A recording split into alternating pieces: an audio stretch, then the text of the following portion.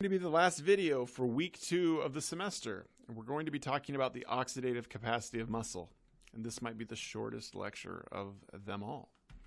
So in order to gain a basic understanding of the oxidative capacity of muscle, we have 2 outcomes. To start off, we need to know what is meant by oxidative capacity. When we talk about something being oxidative, we are talking about something that requires or uses oxygen.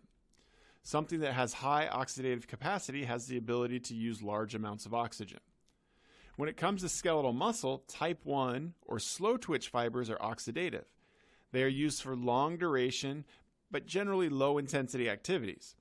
If you remember from previous lectures, long duration activities rely on oxidative systems, or in other words, they require a lot of oxygen. Type 2 or fast twitch fibers, on the other hand, are not oxidative.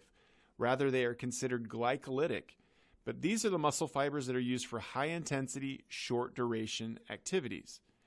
These activities do not require as much oxygen. Okay?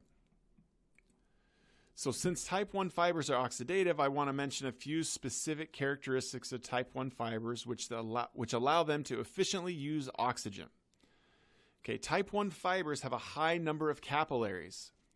This high number of capillaries makes it a lot easier to get oxygen into the muscle cell. Type 1 muscle fibers also have lots of myoglobin. Myoglobin is a compound found in muscle cells that is similar to hemoglobin. It transports oxygen.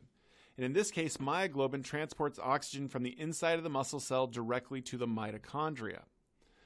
Okay. Along those lines, type 1 fibers have a lot of mitochondria and bigger mitochondria. And think of mitochondria, we call them the powerhouse. Think of them as a factory, okay? It's the factory that's producing our energy, okay? And so in essence, type 1 fibers have a large number of factories, a large number of big factories, which means they can use more oxygen to produce more ATP. And finally, these mitochondria and type 1 fibers also have a high amount or a large volume of mitochondrial enzymes.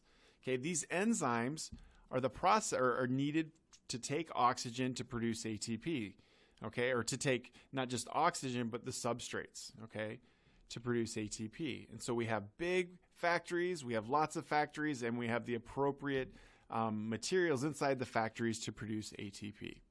That's what makes type 1 fibers so oxidative. So after this lecture, I hope you understand how the energy systems, what makes something oxidative.